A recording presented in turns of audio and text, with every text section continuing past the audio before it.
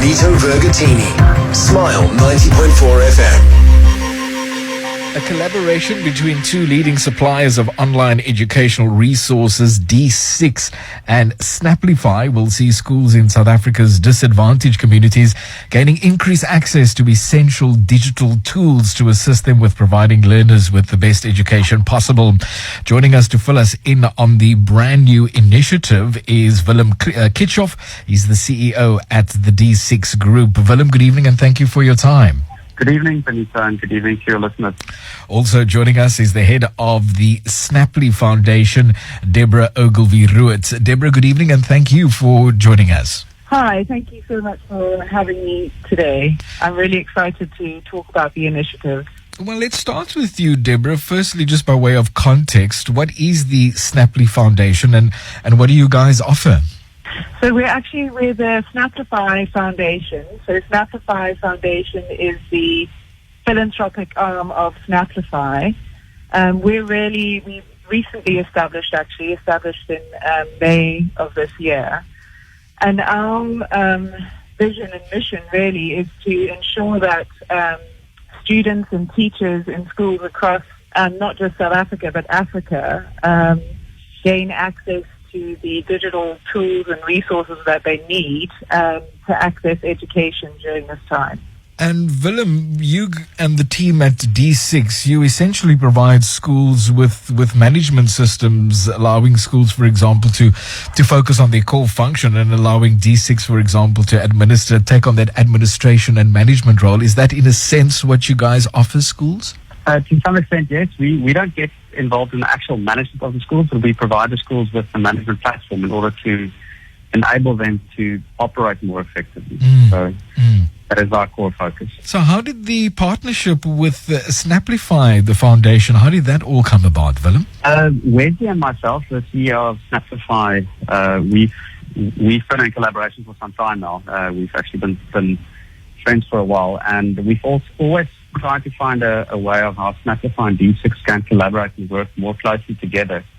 And the Snapplify Foundation was the glue that solidified our formal partnership.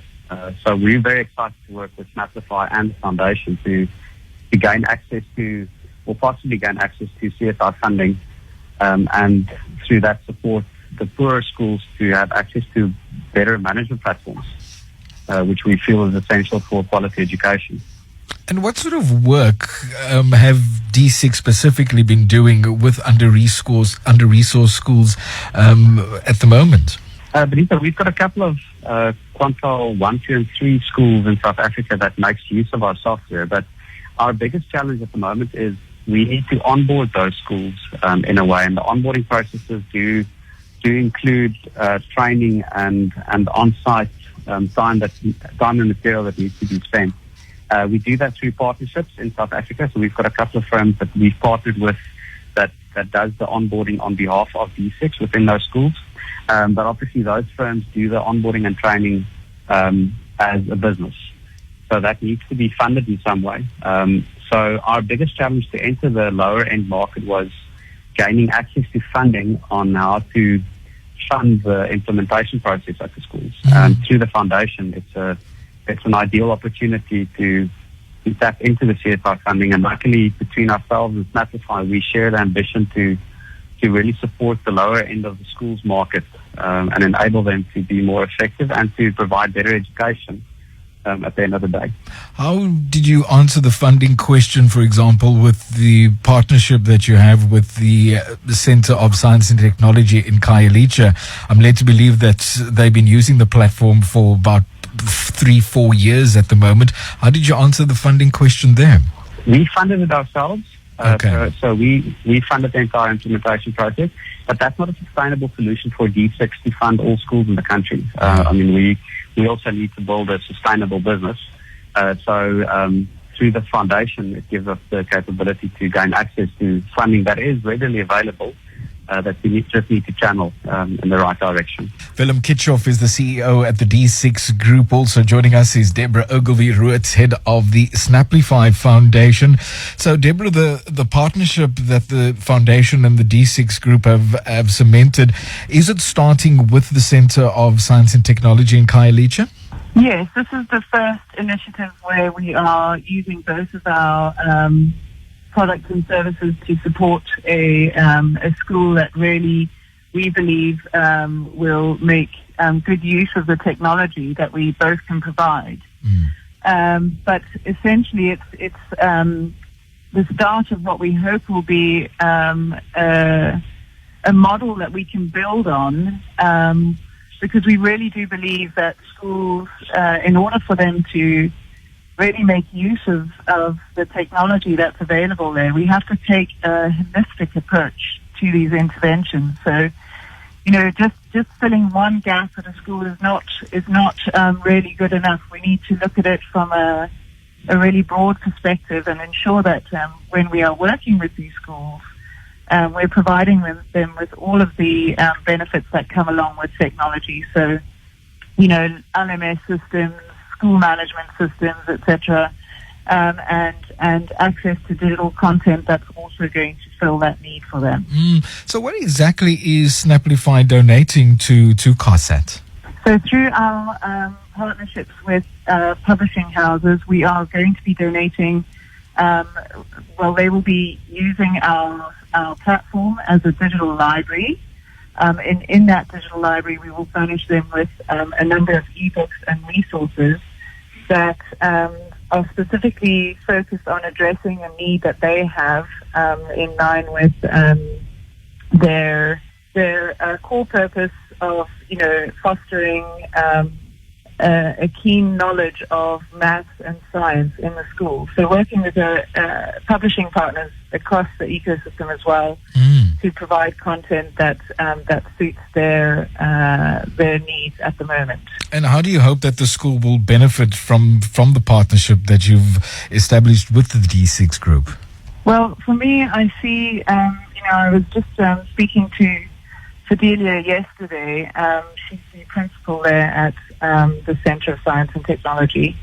And for her, it's critical that her staff, her teachers, during this time, especially during COVID, have access to not only digital content that's going to, enable them to continue delivering classes where sometimes they may not always be able to be present, and for children to access the content at home, but also for the systems that D6 has been providing.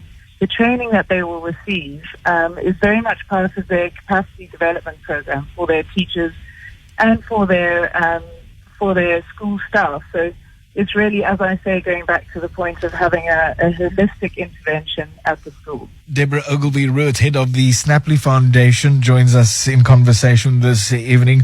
Also joining us is Willem Kitshoff, CEO at the D6 Group. Willem, from your time with the Centre of Science and Technology, have you seen an improvement in terms of the services that you have or the resources that you provided to the centre? This is prior to the partnership. Yeah, through our discussions with Sabila, so COSAT is a no-fee school, out of interest, and they've been managing all their affairs very manual in the past. So since the inception of D6 at COSAT, Sabila told us that she never knew that school management could be so simplified. All their financial affairs are being managed on the D6 platform. All their staff have access to the D6 platform to capture curriculum-related assessment level stuff. So they are a very good example of where an innovative leader like Sabila in a school that is a no-fee school can adopt good technology, whether it's learner management systems, school management systems, where she drives it and it is successful. There is always this fallacy that poorer schools don't have the resource or know how to use smart technologies. And I think Sabila has proven that even a no-fee school in Khayelitsha has the ability to adopt great technology that is affordable and available for the benefit of the school and the learners. So we we've built a very good relationship with Sabila over the past 4 years, and yeah, we're planning on extending that. And now with the Snapplify Foundation and Snapplify coming on board, it's just furthering improving the service that we can offer. And do you think it will go a long way, certainly, to bridging that digital divide, particularly in the very fundamental education space? To some extent, yes. Our view is that if we can't change the way that schools are being managed, how can we expect that innovation will be adopted in the classroom? So we believe it's a bit of an inside-out approach. School management and school management team needs to adopt technology, and that should then be branched into classroom as opposed to the other way around. So we think that this partnership with Snapplify and the foundation is a perfect fit in order to, first of all, drive innovation within the managerial space in schools, and then further branching that out into the classroom. Debra, lastly then, you spoke of a holistic approach. In your mind's eye, what do you see, or how do you see what a fully digitally adopted school would look like? Well, I think actually this COSAT, or the Centre of Science and Technology, is a very good example of this. And, you know, I definitely concur with what Willem has said there, in that it really needs to be digital transformation from the top down. So starting with the school and the leaders within the school, and then bringing it into the classroom.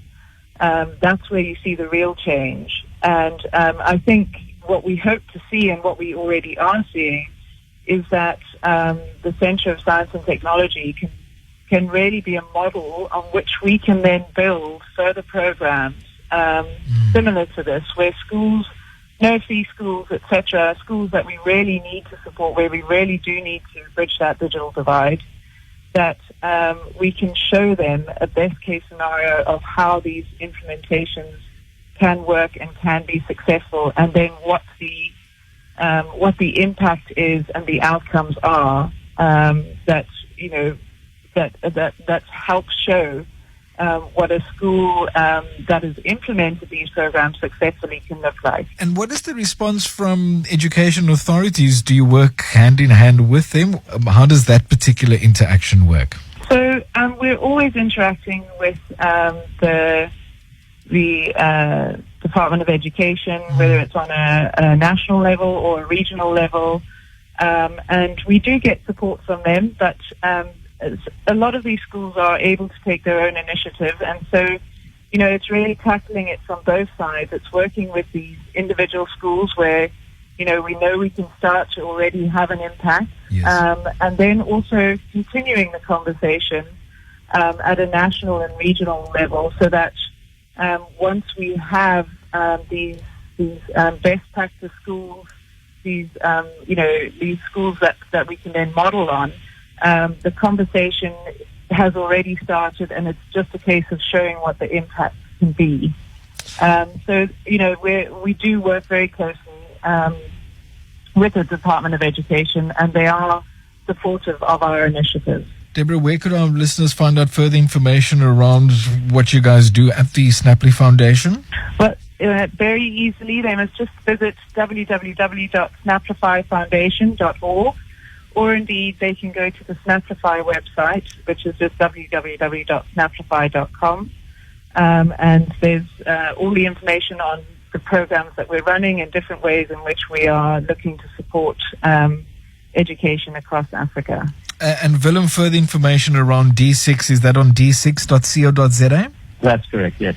So you can find all information required there. A huge thank you to Willem Kitshoff, CEO at the D6 Group, together with Debra Ogilvie-Roodt, head of the Snapplify Foundation. As Debra had mentioned, further information, you can find out more around what they do at Snapplify, snapplifyfoundation.org or snapplify.com. Somewhat mortifying for me to mispronounce Snapplify during that conversation. My apologies for that. But leadership clearly on no-fee schools do play such a critical role, and it's quite exciting because, as Willem and Debra had mentioned, there is certainly great potential in that area, particularly in improving access to digital resources. Coming up to 17 minutes before 10.